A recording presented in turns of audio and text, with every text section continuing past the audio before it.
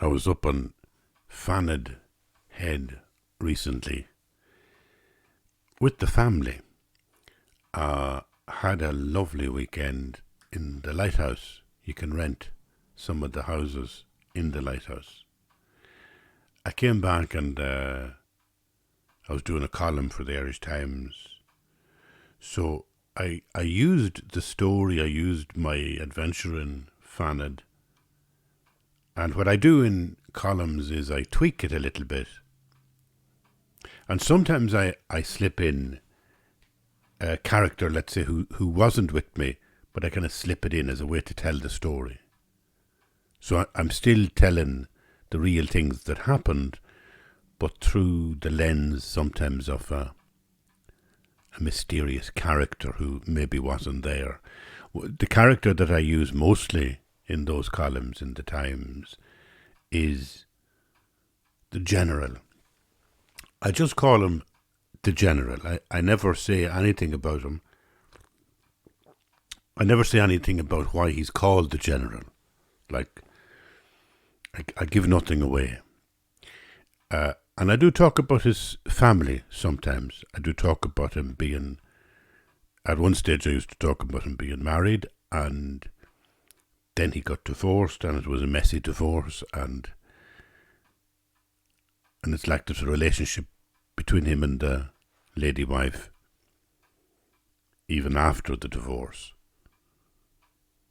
So I'm always asked, is the General real? And the answer is he is.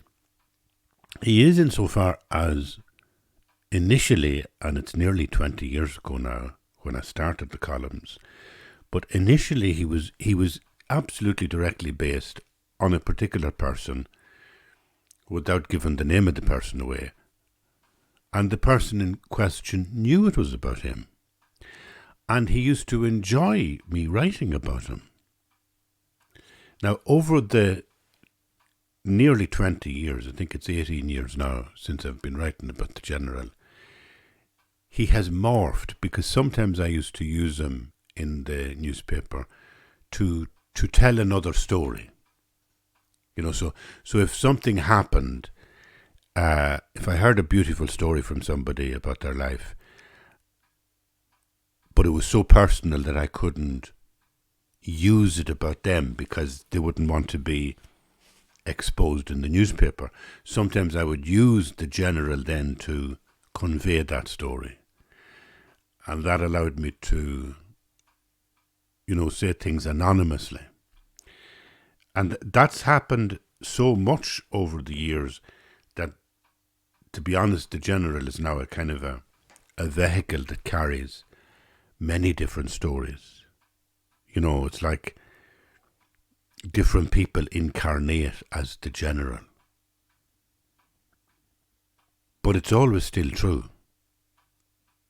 So when people say, you're writing about the General, does he exist? The answer is yes. Except he's a composite of different people over 20 years. Well, I was writing a column recently because I was up in Fanad, and it went like this. Sometimes I leave RTE radio playing while I'm driving, although it irritates the General. Can't you play something civilised? He pleads. And as soon as I switch on BBC Radio 4, he's happy. I went to Fanad Lighthouse with him recently because I thought a weekend away might do him good. But by the time we reached Donegal town, he was surveying the world like he owned it. Look at this traffic, he whined in Ballybuffet as we crawled behind a series of huge trucks. This shouldn't be allowed, he declared. Permitting heavy traffic through a town is a disgrace. You're beginning to sound like you're the county manager, I hissed. He eyed me from beneath his bushy brows with the scowl of a silver-backed gorilla that has been poked. Then he muttered under his breath, There was a time, dear boy, a time when my people owned half of Donegal. Fanad Lighthouse is a magnificent granite structure in dazzling white and stands out against a blue backdrop of ocean, not unlike a Tibetan monastery in good weather. Ah, yes, the general said, it's all so familiar. We unpacked a few basic items of food into the fridge and plonked our suitcases in separate bedrooms, then walked around the building on the outside. I was standing with the lighthouse to my back, gazing at the Malin Head. He was at the edge of the cliff with binoculars. The lighthouse wall shielded me from the wind, but the general was wallowing in it. Eventually he dashed up to where I stood and said, "I will require your telephone," as if he might have seen a French gunship on the horizon and wanted to alert the Royal Navy. I told him I had no signal. "I just want to Google what species of wildlife might be out there," he explained. And unable to contain his excitement, he dashed back down to the perimeter wall, shouting, "I've seen whales!"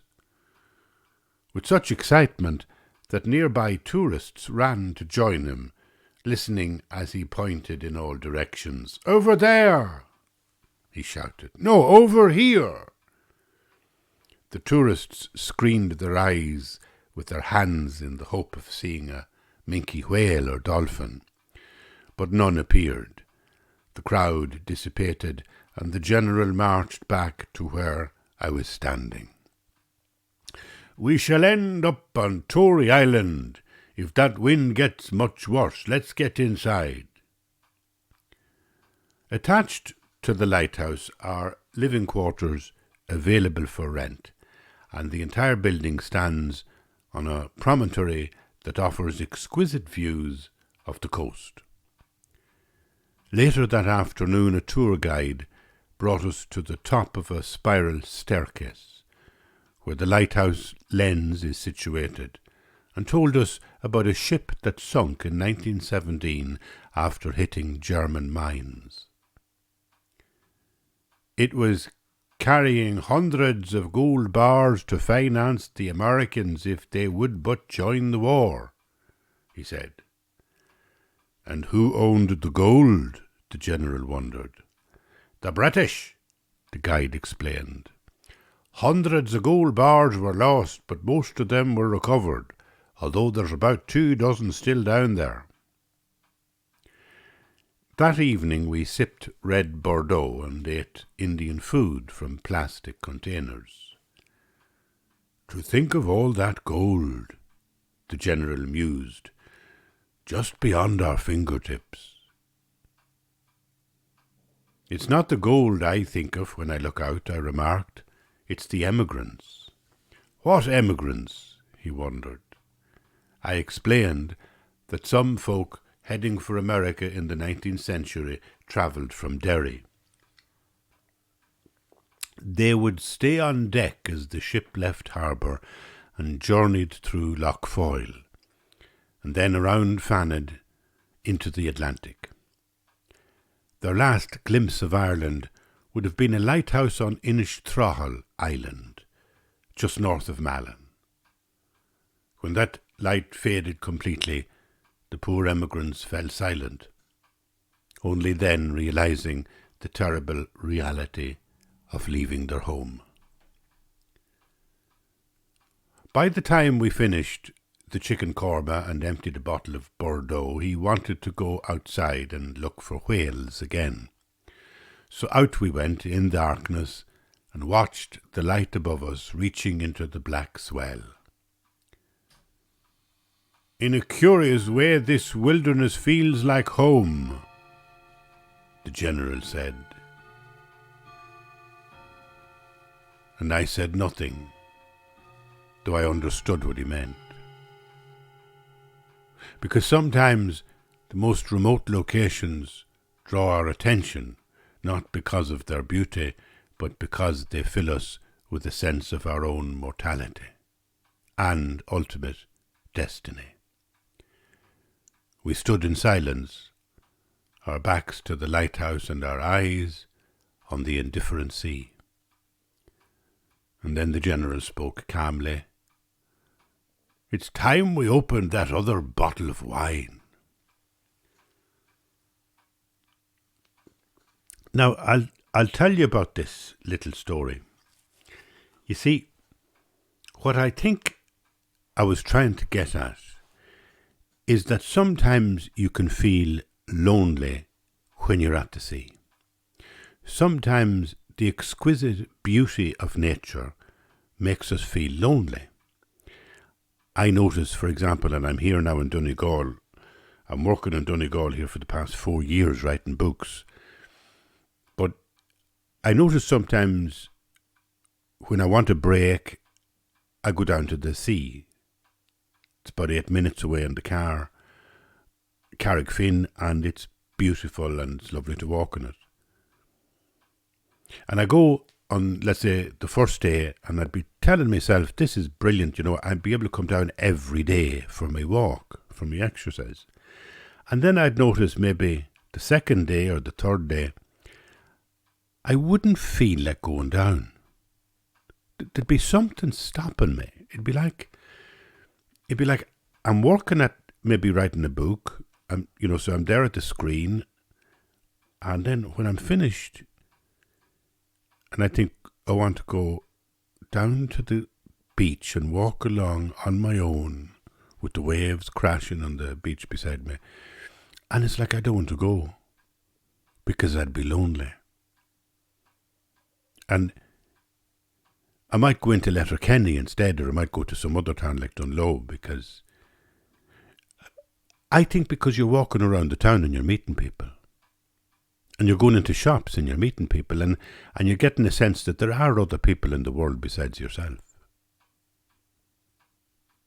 So when you go to the sea, it's like, and it's the same with a mountain, it's the same with a lake, it's the same with any beautiful place that's remote, You go and you look and you're absorbed by it, and sometimes it's so beautiful you want to be there all day. But there's other times that it's lonely. And sometimes you'd see people at the sea walking on their own, and you'd kind of feel that they're lonely, So I was wondering about that. Like, what is it that makes somebody lonely when they're at the sea? And I feel that I tried to get it into the ending of that little story. You see, sometimes the most remote locations draw our attention, not because of their beauty, but because they fill us with a sense of our own mortality and ultimate destiny. It's like instead of looking sometimes at the exquisite beauty of the ocean, or maybe a big rock coming out of the ocean, or a big cliff, and rather than just seeing the beautiful sunlight falling on it and the silver waves and all the rest of it, there's sometimes that it's endurance in front of you, and the sense that it's been there for 300 million years. 300 million years. I mean, that's the age of some of the rocks in Donegal. 300 million years. Humans have been around for 70,000 years. Now, by the way, we say we've been around Homo sapiens for 70,000 years or so, but, more and more they discover things about the Neanderthals, that they were here for 250,000 years much earlier. And I think they're also scientists are discovering that the Neanderthals were more sophisticated and gentle and human than we give them credit for. So the human species could be around for,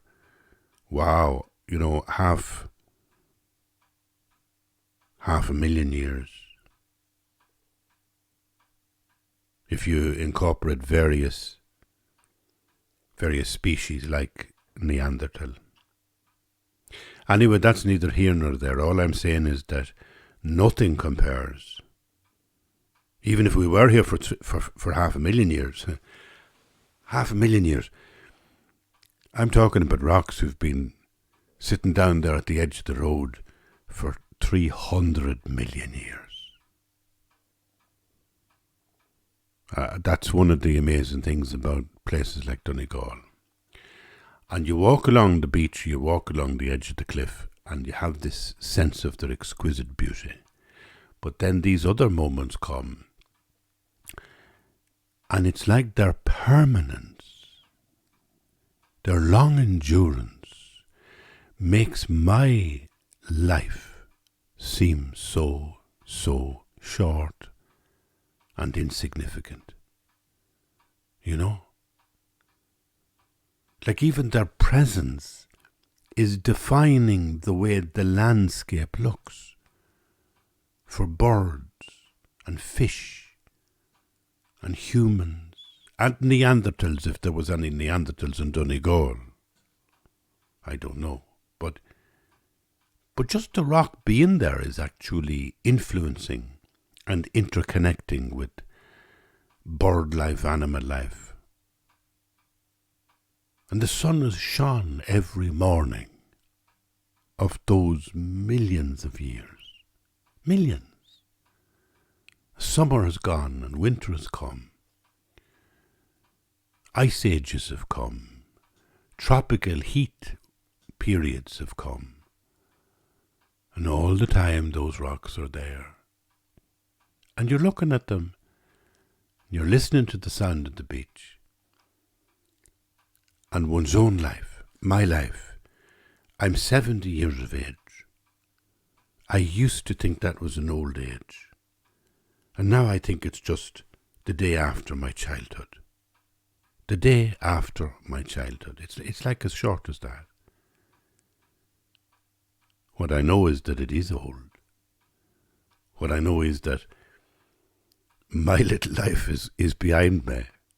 And you're at that point where you start to reflect on the shortness of life and the mortality. And being in a beautiful place can actually help you do that. And it can fill you with a kind of loneliness, a kind of sadness. And so I ended my little story. I was up at Fannet, and you would feel that up there because it's a beautiful place to visit. I have to recommend it, Fannet Lighthouse. Or book yourself a couple of nights if you can get them online, booking.com, Fannet Lighthouse. It's not cheap, but if you bring a few people together, it works out pretty handy. And then you go there and you have these views of, you can see from Tory Island on the left to probably, I suppose you're nearly looking at Scotland. I mean, there'd be the Western Isles of Scotland would be directly north, maybe of 70 kilometres, I don't know, 100. The sweep of what you're looking at, Inishowen, is just magnificent. And of course the lighthouse is on a promontory, so it's the perfect place for the view, And when you're doing that, and you're having this kind of sense of awe, this sense of, as I say, a loneliness that comes on you. Sometimes when you're in these vast spaces and you're looking at their beauty and you're thinking about how permanent they are, and they begin to remind you of how impermanent you are, how passing. I mean, I'm looking out on things that Colm Kill looked out on. I'm looking out on the world that monks, anonymous monks that we don't even know their names, and yet they would have lived for 70 years. They would have had all the dreams and hopes and aspirations that I have. They would have studied probably, the Bible and theology and reflected on the nature of God, and they wrote poetry and they made art and they read the Bibles. and they said their prayers in communion collectively with other monks, reciting the Psalms. And they got old, and I'm sure they had love affairs, and some of them. I'm sure they did. They were human, you know. And then they got old, and they died and they were buried. And they returned to dust, and eventually their graves would be forgotten. Somewhere there on the ground, all over Ireland, there must be monks that we don't know about. It happened actually in Mullingar.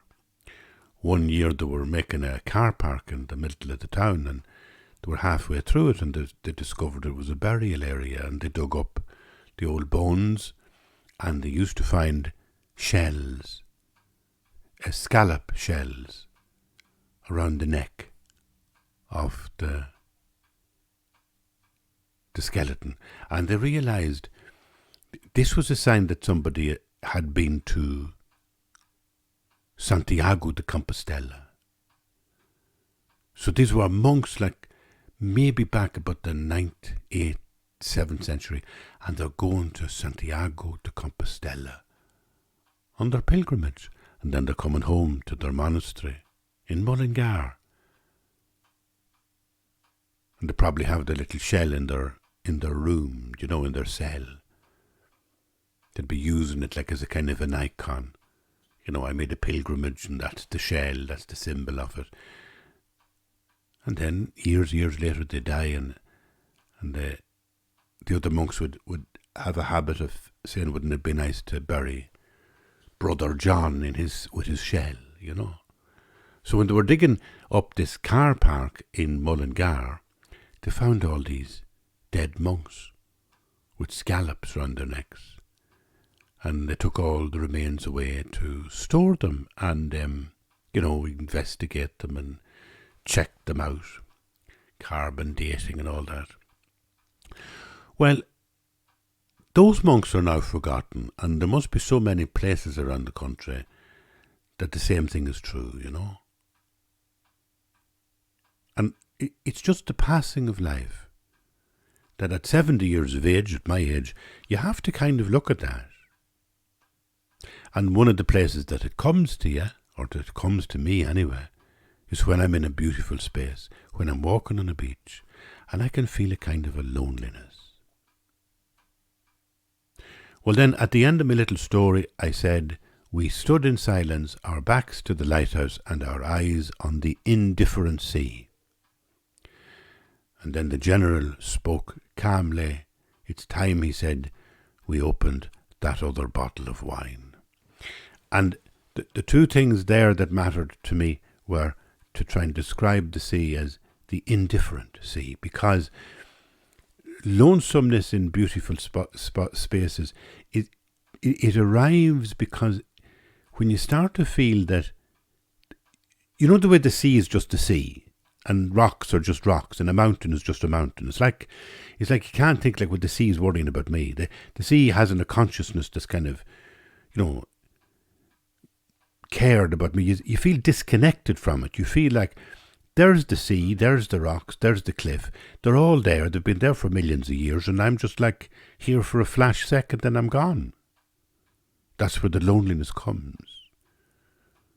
And part of it is feeling that sense of the indifferency. And then the last thing I wanted to put into the story was the General saying this thing about, isn't it time we opened that other bottle of wine? Because they say, there used to be a phrase that brandy is the music of the damned. And what it meant was that, the damned are those who are damned to mortality. It didn't mean like in hell, but like the sense that we are going to pass away is a deeply real and true experience, but one that you need not be morbid about. You need not dwell on it, like be overwhelmed by it. You need not be lonely at the sea. Because in a very simple and light way, a shared glass of wine, it's not the wine now, it's not the alcohol, this could be true, I believe, if it wasn't alcohol, but it's the sharing of the cup. You know, let's go back and open a bottle of wine. Because there's something about wine that is joyful. I hope you don't mind the bell. This is going to hit the 4 o'clock. I love this. You know, when I come into the room here, when I've been away, I've been at home and then I come up here to my studio to work. And the first thing I do is wind the clock. Because I love to hear it chime. It's like a ritual, it's like a prayer for me. When I'm winding the clock, it's like I'm winding up time. I'm bringing time into the space. And it would be totally different with a clock that runs on a digital battery. I don't get the same feeling from it. But the feeling of winding the clock. And the clock would be what I call asleep when I'm away. So obviously if I'm away for a week, the clock will run out and there's nobody to wind it. And if I came back and the clock was still going, I'd be worried because I'd be wondering who wound it if there was nobody here. But the clock, when I wind it, it's like I'm inaugurating my time here. It's like, do you know the way if you're doing a meditation session, sometimes people ring a bell and the bell kind of inaugurates the period of meditation. It's very beautiful. You know, you get it. There's a lovely Tibetan bell here in this room. I looked around there to see can I see it, but I can't see it. I'll get it actually. It's just up here. Wait a minute.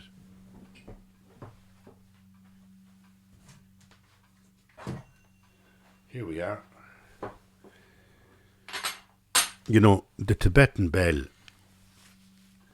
it's like two symbols, two small symbols, and they're held together by a rope, kind of a narrow rope. And you do this with them. You kind of suspend them in your hands, and then you go.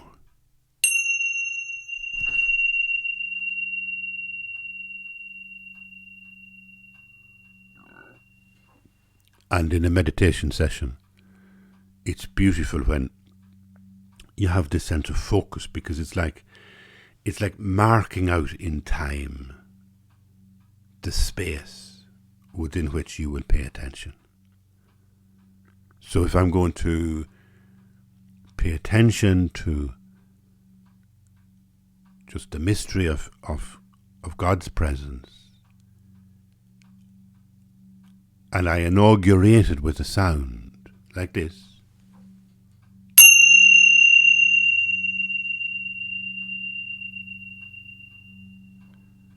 doesn't it really work?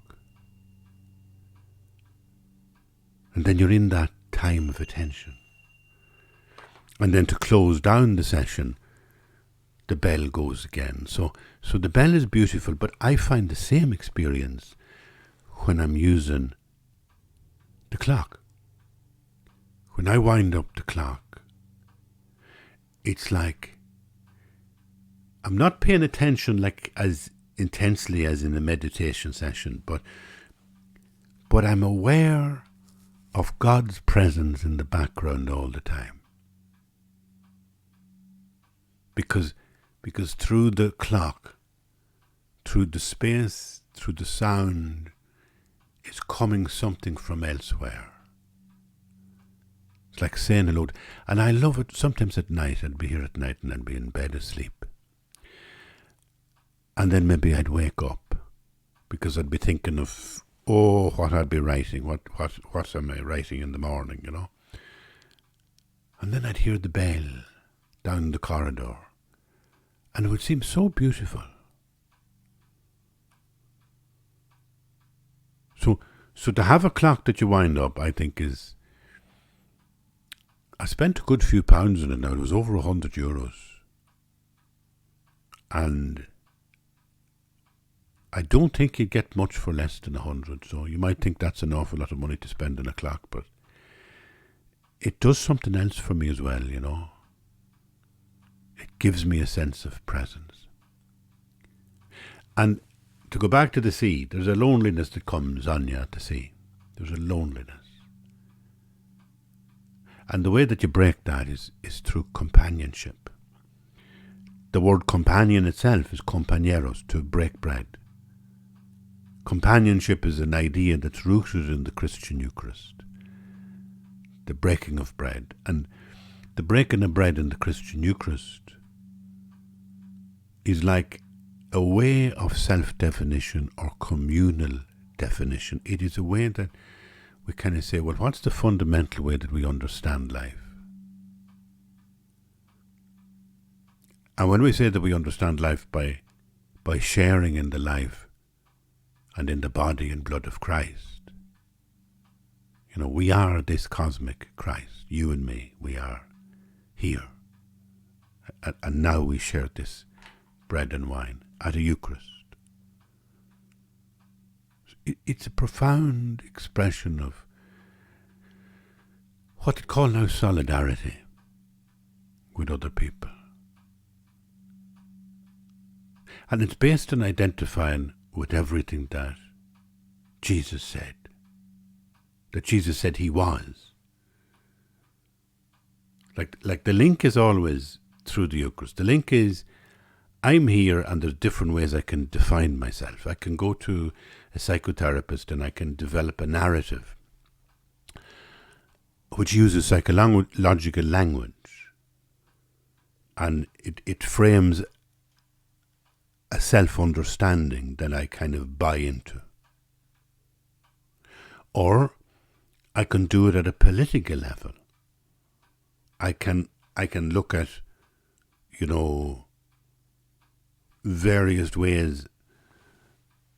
What's very fashionable now, very popular in the West, is Marxist theory. And Marxist theory is basically identifying the oppressed and the oppressor. Usually you identify yourself in some way as part of the oppressed, but maybe not.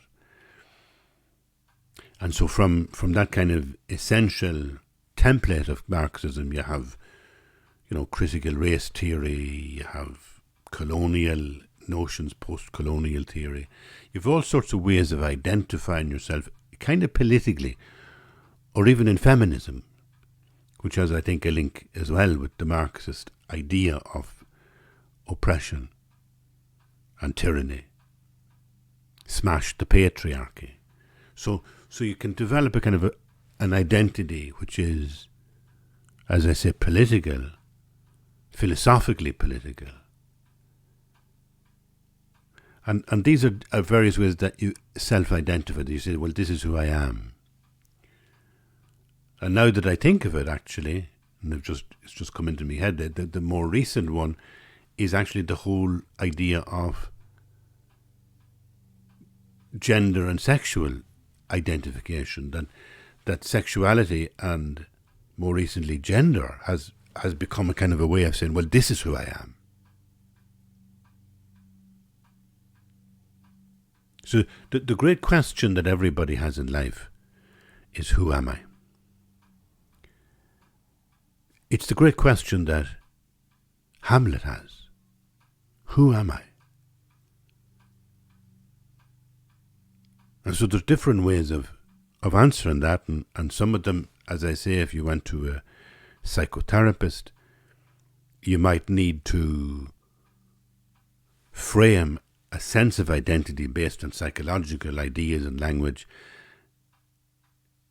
and relationships. Or you might do it politically and think about yourself as oppressor, whiteness. Maybe you're a white male.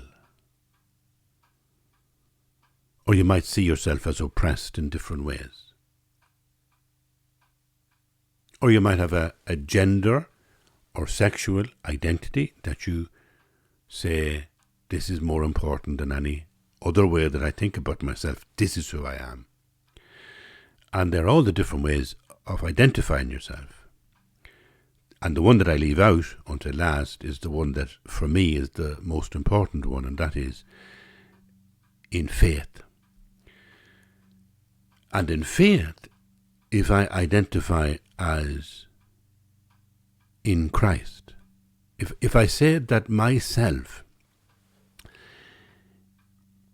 collapses and falls away, and I discover within me a new self, I discover within me Christ,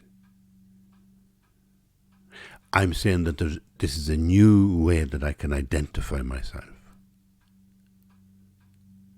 And so to figure that out, you have to then say, well, what do you think Christ is? Or who do you think Christ is? And this is all in the sense of, who am I? You're looking at the indifferent sea. You're looking at the landscape around you, and you're finding it indifferent, and it's making you feel lonely. And you're wanting to identify who you are. And then sometimes the loneliness can lead you to, because loneliness, you can feel bad when you're feeling lonely. And that might have a propensity to lead you towards answers that are comforting because they tell you how you are oppressed. Do you know what I mean? Like, you're lonely. You're not feeling good. How do you identify? Well, I must be oppressed by somebody. I must be a victim in some sense. And the first thing that's, I suppose, radically different about identifying with Christ is you're identifying with the possibility of liberation, fulfillment, and joy. Because the first thing that Christ is saying, if you're standing up at Fanad and you're looking out on the ocean between Tory Island and Inishowen, the first thing that Christ is saying within that is that you're not alone. That everything around you, we used to use the phrase, gives glory to God. Everything around you is alive with the energia, the energy of God. It's as close to nuclear physics as you could get, because you know the way atoms, you could say, are alive with the potentiality of light and energy. And in some sense, this is what Christ says. It's like everything is alive with God's presence. And that would be something that was there for thousands of years in other cultures and other faith, and became kind of very clear at the time of Abraham. You know, Abraham's great contribution is there is one God, the singularity of God's presence. The kind of, if you think about many gods, if you think about the superstitious way of believing in gods, and there are many gods, and there's a God here and a God there and a God everywhere, all that sense of, and maybe your gods are not my gods, maybe my God's the real God and your God's not a God at all. You know, that whole sense of plurality in gods can lead people to senses of division, of differentiation, the Buddhist would say. Differentiation, right? But the unity that you get from Abraham, coming down through that Jewish tradition, is that actually every single manifestation of God, whether it be Hindu or Christian or Buddhist or Jewish or whatever, it's all the one God. It's all the one being. And it's, if you like, the inner heart of the cosmos. That the entire cosmic unity is contingent on something. There has to be an originator. There has to be a kind of a sense of ground. Never mind that the universe is beautiful. Never mind that it's magnificent in the way we perceive it. Never mind that it is astonishingly beautiful to look at the waves falling on the beach and to look at the cliffs. But it's actually, if you like, it's the fingerprint of God. Now that's the first thing you get from Christ, that idea. But where the whole Christ story is different, it's kind of fresh, is that he's saying the relationship that you have with this transcendent being is as if that was your father. Your father. It's like your father. When I think about my father, there's no physical connection. Like I can think about my mother and it's about embraces and hugs and kisses, and it's ultimately about nursing and the intimacy of feeding, and it's ultimately about the womb and being in the womb and being fed in the womb. It's a very sensual experience. There's nothing like mother. They say, I've heard it said from researchers that the most frequent last words of any human being is always about their mother.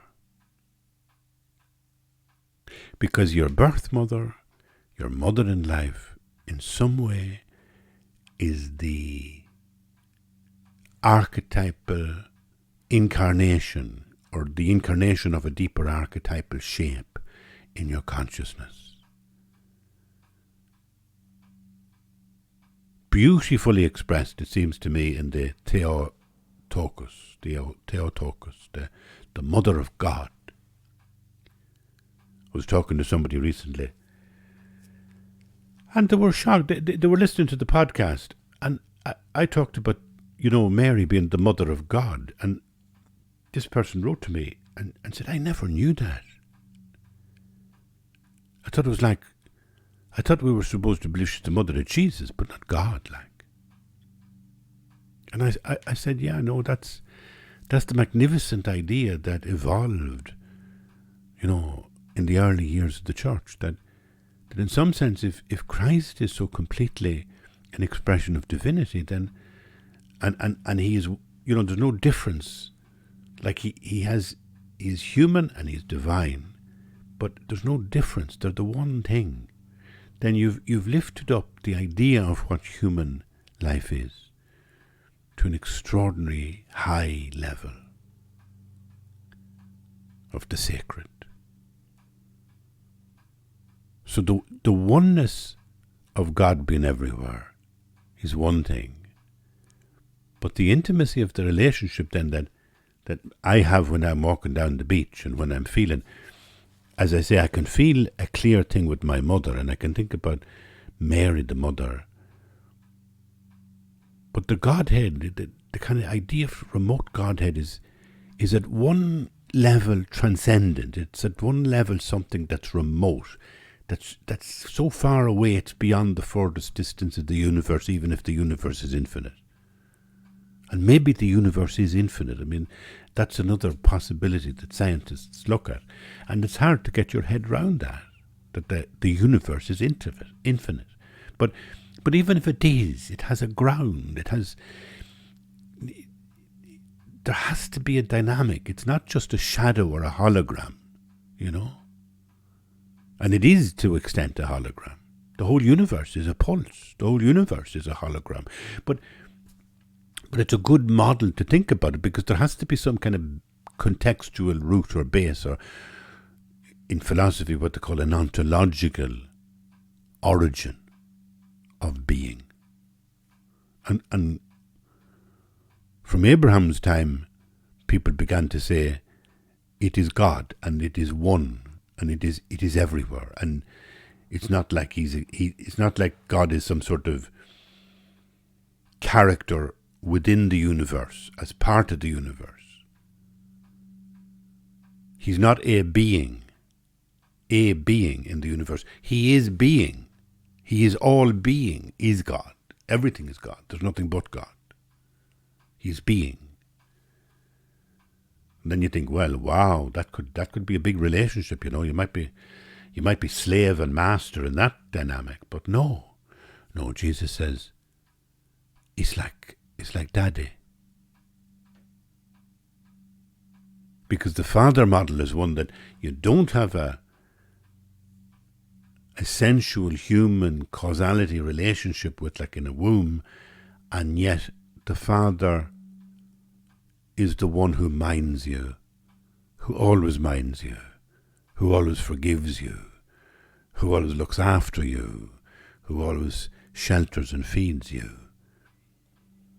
We might have lost a bit of that template of the Father. It might have never existed in its perfection, but it does exist. You do know it. I know it. We all know that there's some instinct in human males when they come to fatherhood to be fathers.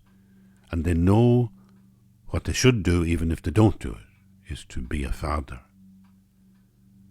And so Jesus was saying, this is the nature of the Father. All-powerful, almighty.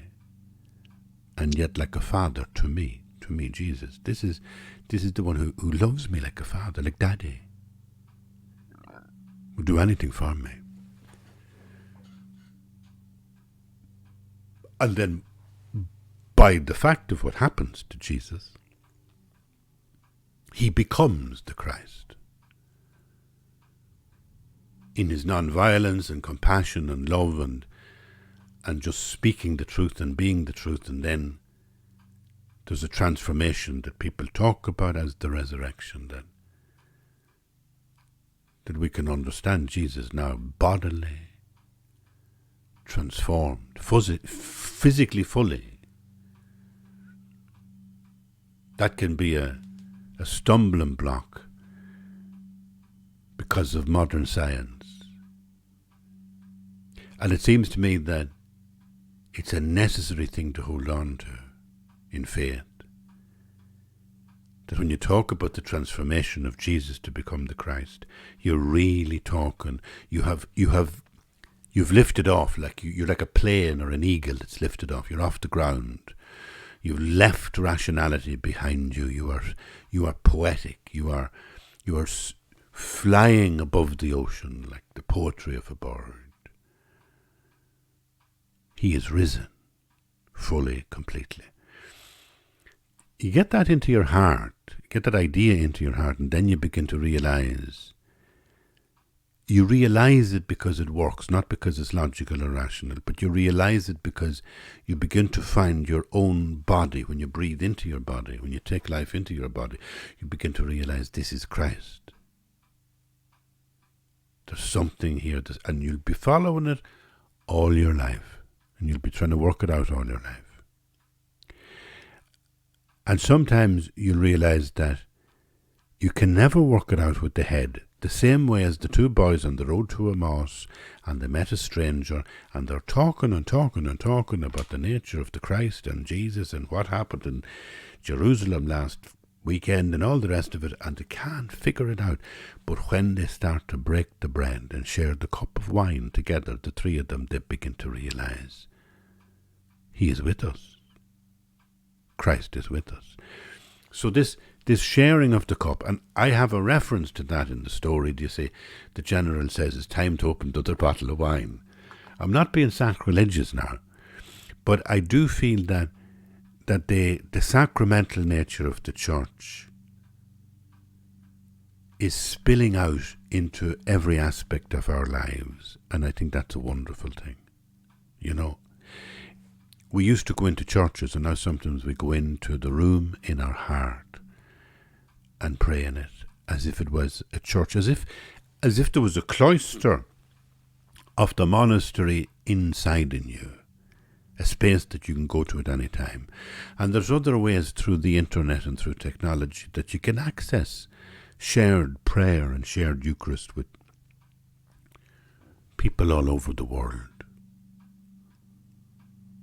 I was listening last Sunday to a live mass, live in Nairobi, in the University Church in Nairobi. Live. And there was a priest who was presiding over the Eucharist, and he came to give a sermon, and I never heard as good a sermon. It was so beautiful, so gentle, so wise. So it's amazing the amount of ways that we can connect and be church. Even in Ireland, I mean, COVID multiplied the amount of churches that were going online, and now they're still online, so that if I want to watch the Mass in, let's say, Cavan Cathedral of a Sunday morning, or in Annagry Chapel on Sunday morning, I can just tune in on the internet. It's unreal compared to really going. I'm not suggesting that we substitute human interaction for the kind of virtual world of the internet. But I'm saying that those connections enliven me. They awaken in me a kind of a fervour.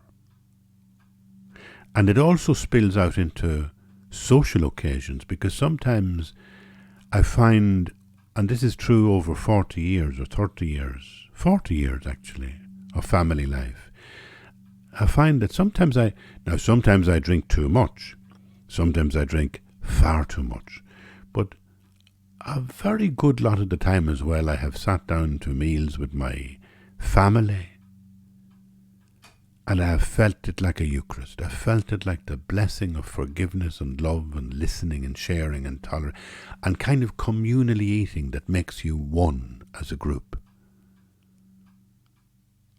And then you open a bottle of wine and you fill a glass and you wish somebody well and you both share that glass. 2 glasses, It's beautiful to live in this way, to share in this way, to be among each other in this way of being human. And I think about it like the great vase of nectar, because now this is a very Buddhist Tibetan idea. But wisdom and compassion is often in Tibetan iconography described as like a vase of nectar, right? And sometimes they say that when, in the 1950s, when the Chinese invaded Tibet, and when the people had to leave, and a lot of the Dalai Lama and the Panchen Utra Lama who lives over in Cavan, when all these people had to flee over the mountains and get as far as India, it was like, in one sense, the Chinese had shattered the jar, the beautiful vase of nectar, of wisdom and compassion that was contained in 1,000 years of Buddhist practice. They destroyed it. They burned monasteries, they flattened monasteries, they got rid of monks, they sent monks to concentration camps and all the rest of it. They did all this stuff and they shattered the vase. But through the fact that so many monks came to the West because of that scattering and began teaching, then it was like if you like, the vase was broken, but it poured out its nectar on the world. I had a little frog in my throat there, excuse me. It was like this vase of compassion and wisdom. When the Chinese destroyed Tibet, and you could say, well, that broke the jar of the royal wisdom, but it's like the nectar flew out. It's like a glass broken, and it flows everywhere onto the table. And this nectar flew out of the vase into the world, and now we have a huge wealth of Tibetan Buddhist philosophy, which is so deep and so profound. It is such an enrichment that I believe the world has not yet really come to terms with its quality. But I also think the same thing is happening with the Christian tradition. Because, if you like, the institutions that have been there for 1,000 years in the Christian tradition much the same as what happened with Lamaism in Tibet. They were antiquated, they were old-fashioned. They weren't sustaining the life of the church in the vital and vibrant way that was needed for a change in culture since about the 1600s. And then they got into an argument with modernity and said, well, we don't want to go there with science. And so you got this bigger and bigger division between Christian faith institutions and scientific inquiry and rationalism. And so eventually, not in a kind of a violent way as happened in China and Tibet, but more in a subtle way by new intellectual ideas, and particularly, I think, by Marxism, and the way that Marxism creates a kind of a, it's like mica in the bricks in Donegal, you know. Once you have Marxism in the intellectual system, you're guaranteed it'll rot. Now that's a strong opinion on my part, but I must talk about that sometime. But anyway, I think it definitely would be true. Everybody would agree that would be true in relation to religion. You know, Marx himself said, you know, it's the sigh of the oppressed. You know, that the religion is like, forget it, you're oppressed. Liberate yourself from your oppression, right? So in the same way, then the institutions in the West start to crumble in the 20th century. And what I'm saying is that, like the vase of nectar breaking, the nectar has now flowed out into the world. And so the sense of the sacred, the sense of Eucharist, the sense of prayer, are actually more available now to you and me than they were to people 100 years ago. Up till 100 years ago, there was a caste system called the clergy, and they held the keys of the kingdom. And we always know the way that Jesus in his preaching was so critical of clerical castes, and used to say, woe to them that might have the keys of the kingdom and lock it in a way that ordinary people can't access it. Better that it be thrown into the river or the sea with an albatross round their neck. So he wasn't too well disposed to a clerical caste that might make a kind of an exclusive idea about human compassion and say that, like, you have to come through us to figure this out. There's a more open, fluid sense of faith now. And I think that the institutions are also adapting to that in a very healthy way too. So, this beautiful idea that there is one God and that in Jesus Christ is his complete truth, his complete manifestation in the life, the death, and the resurrection of Jesus. So that's what keeps me going when I'm walking the beach. That I'm not alone. And you're not alone, especially when you share rituals, prayers, faith, or just a dinner and a glass of wine with the people that you love.